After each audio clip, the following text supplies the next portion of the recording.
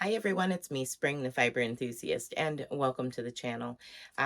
Today's video, again, is part of a series. If you've been following along, you know that we are at the collar.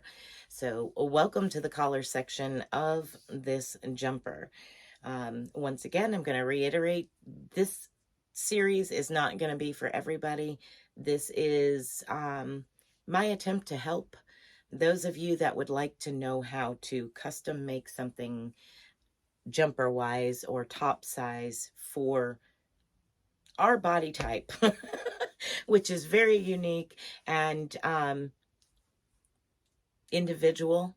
So just because I'm an extra large and this person's an extra large doesn't mean that the same top is going to fit exactly the same. So this is why I'm doing this. Again, I know I'm going to catch flack for it, but hey, that's all right. We got it. So let's get on to the collar section. Now, the collar section, like the rest of it, it's optional. I mean, if you're making it, the front and back's kind of needed, but the collar is optional. And how I do that, I showed in the first video how I measured for the opening for my head to come through. Well, how I measure for working up the collar is actually a hat measurement, believe it or not. It's kind of odd, isn't it? No, because your sweater has to go over your head. Well, if you want it to comfortably go over your head, you want that amount of stitches. Have you made a hat for yourself? Well, then you know approximately how many stitches in circumference you need for a hat to fit over your head comfortably, fit on your head comfortably. So you take that number and work it into your collar. So if you have to decrease on the sides here to get to that point, that's what you would do.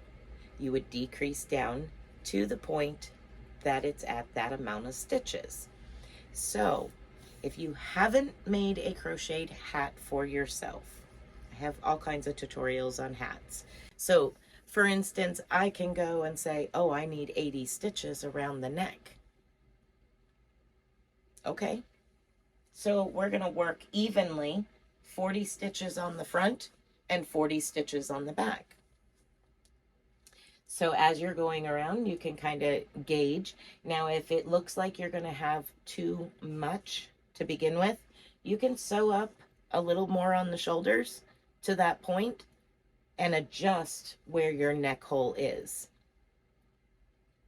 Very, very simple to adjust. Now, for this particular one, I was going to do a turtleneck, but I was in fear that I was going to run out of the yarn that I had. I used a total of 3 skeins, and this is half of the 4th one. And I've done everything except 4 rows on the bottom for trim and the cuffs on the sleeve. That was about half a skein, something like that. But mine's going to be different than yours because my shape is different than yours. So even though this took approximately 3.5 skeins, well, 3 skeins, a little over 3 skeins, yours may be different. It may be more, it may be less. It's hard to put a number on the yardage that you will need for your top. We can say approximately, and we can say we worked it up in this size, extra large, and use the generic extra large, large, small, medium, triple X. We can use that generic, but that's not what we're doing here. What we're doing here is learning how to custom make something for yourself. So for me, I used a little over or right at 3 skeins of yarn for all of the blue and about a half a skein for the trim work and the cuffs. That's for me. I don't know what yours is going to be. You can start there and go from there. Now, if your starting chain for this is more, then you're going to need more yarn, unless you're even shorter this way. It's dependent on your body type and how you're making it. I can't give you an exact amount of yardage, unfortunately. I'm sorry. Not if you're making this to fit you. So the neck, get back to the neck. All I do is I evenly disperse how many ever stitches I need in the round, and I adjust evenly on both sides of the shoulders to get to the collar section. Now, the height of the collar again is up to you. I did a 1x1 ribbing, the same as I did on the cuffs for the sleeves. I just did a 1x1 ribbing. So when I worked in the round, I made sure that I was in multiples of 2. That way I came out evenly for 1x1 ribbing. I just worked around and around and around. And when I got to a comfortable height for me, I stopped. Now, if I kept going, I could make it tall and flip it over and have a turtleneck. I could have put some of this trim on the bottom of the turtleneck. That's even possible too. But the collar is very, very up to you. If you like a real tall collar, you can measure, where you like your collars to sit. You can measure and then take that measurement and come over here to your fabric, your top, and measure the height and work to that height.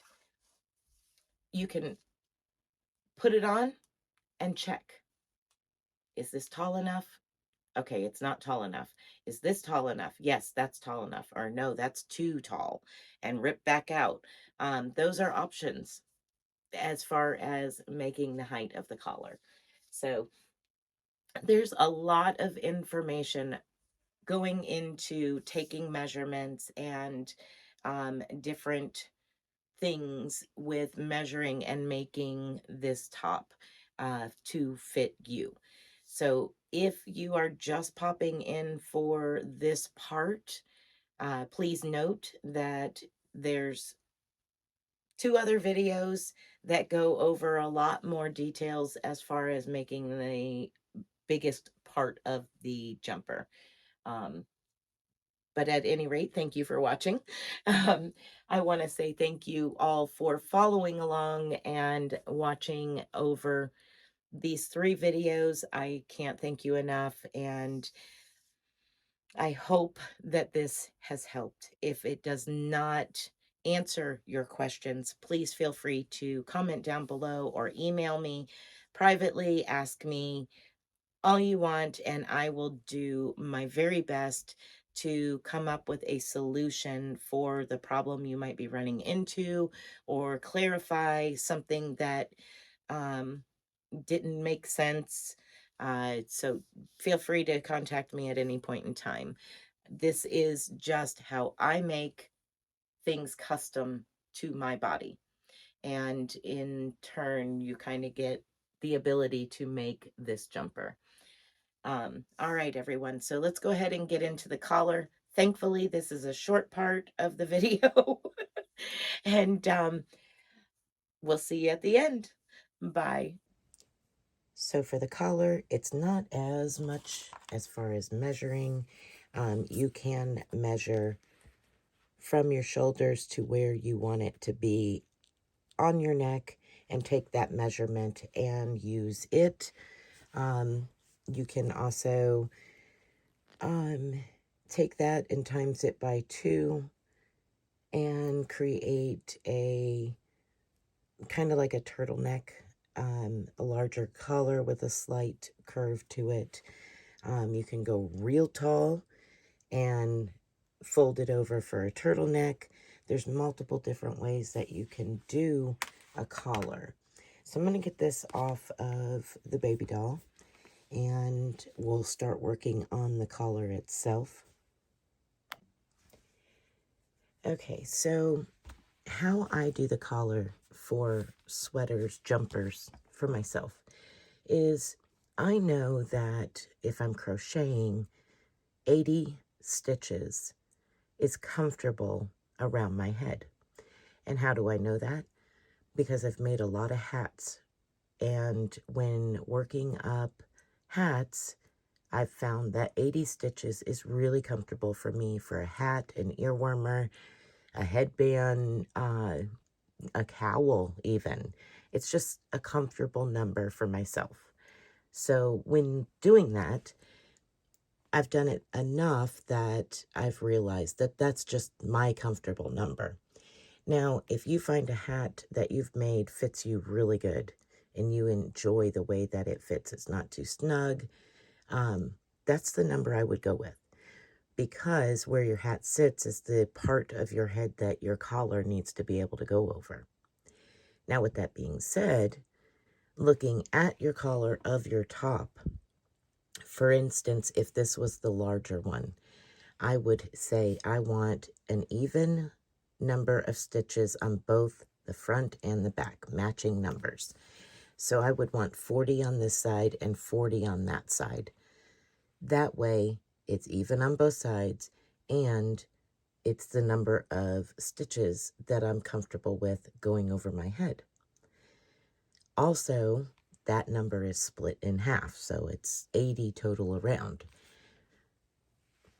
That is entirely up to you as far as how you want to do it. I'm giving you the way that I do it and how to measure ideas for your collar. Now, if you just want to go around and single crochet or half double crochet all the way around this and leave it at that with no extra, absolutely fine. It is yours to make, not mine, not somebody else's. It is yours to make. So you can adjust however you see fit. Now for this little one here, I'm going to start working single crochets around, and I'm going to evenly distribute them around.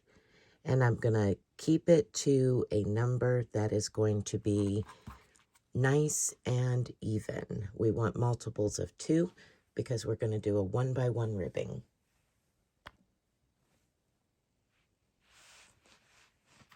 Okay, so I have a slip knot ready to go on my hook. I'm going to go to the connection area between the back part and the front part over here on the side.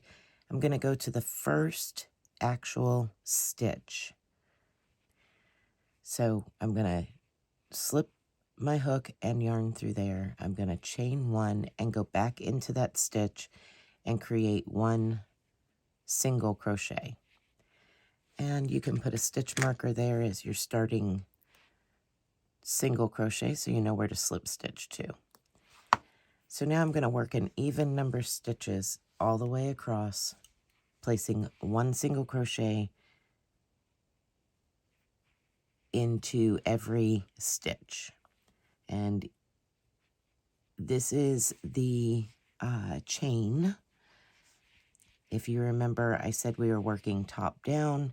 This is the chain that we're working into. So you can see those stitches just like that. So you should be able to go into every single stitch without a problem, placing 1 single crochet in every one of them. Now we want to keep it even, multiples of 2 actually.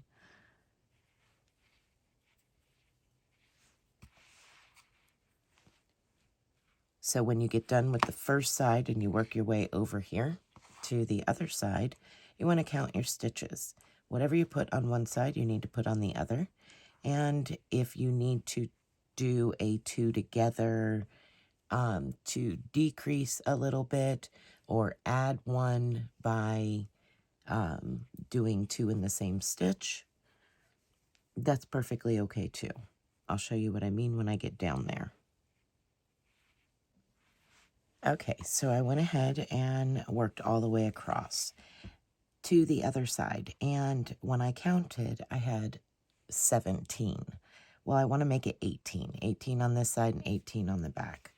So what I'm going to do is just add one more single crochet to that stitch, to my very last stitch. Just like that. Now, if you wanted to make it 16, you would back out a stitch and do your last two together, your last two stitches together.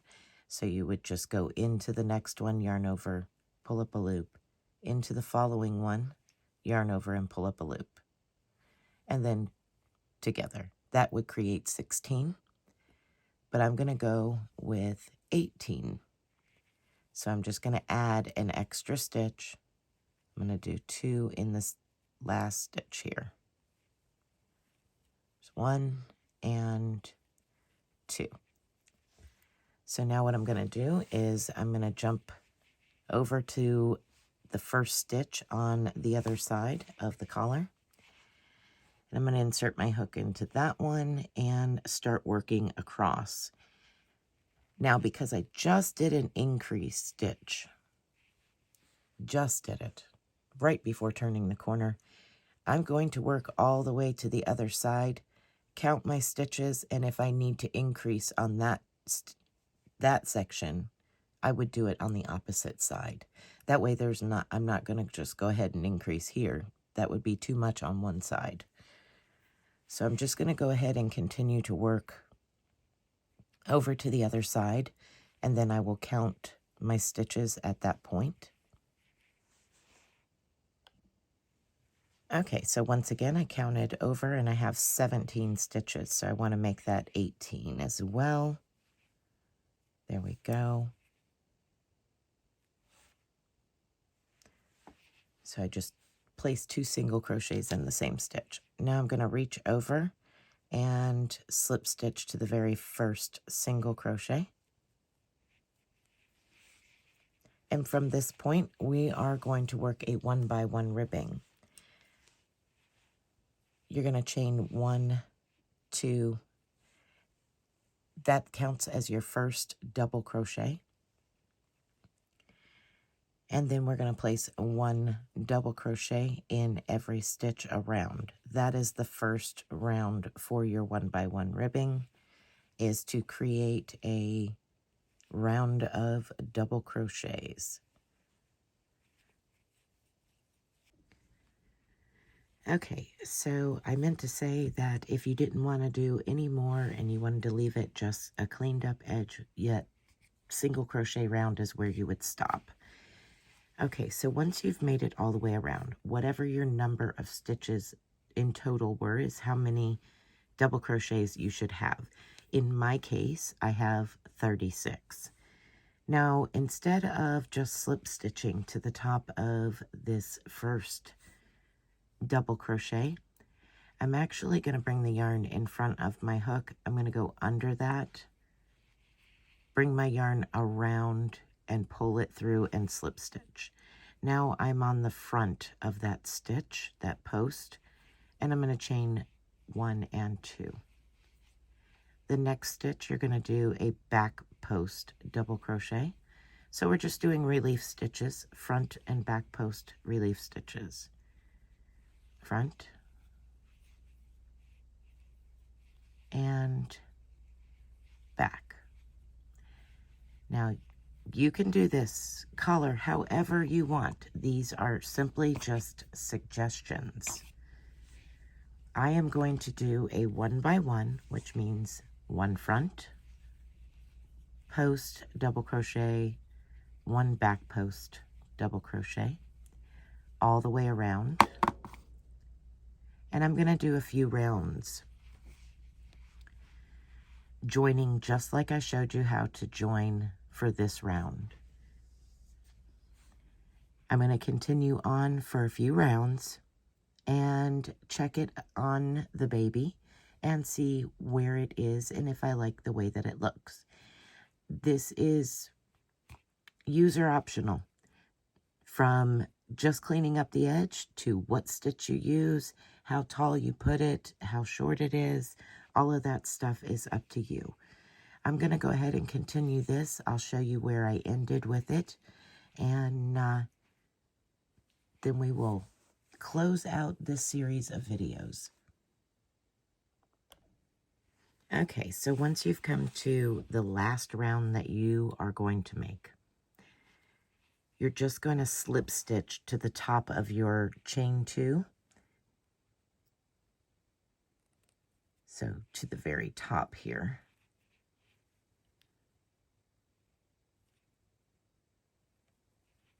There we are. Catch the other side of that stitch and slip stitch. Then chain 1 and 2. Cut away from your work. Pull that loop through. Pinch the chain 2 down and push it towards your work and pull the tail away from your work. So we're just scooting that chain 2 down into a knot, and then you will sew in your ends. Okay, so for this particular collar on the baby, it will become a turtleneck. So it rolls over, and you should have seen this collar in the thumbnail by this point. So it just made it tall enough to roll over and become a turtleneck. Now you can do half that, whatever, it's your discretion as to what you want it to look like. That's how I have finished mine. I hope that you have enjoyed this series of how I make garments to fit me, or use a measuring tape to measure what I am doing in order to make it fit that particular style of body, or shape, should I say. So here we have the finished outcome. Your sleeves with the cuff, the turtleneck, and the scalloped edge. All right, everyone, be blessed, be a blessing, and until next time, bye for now.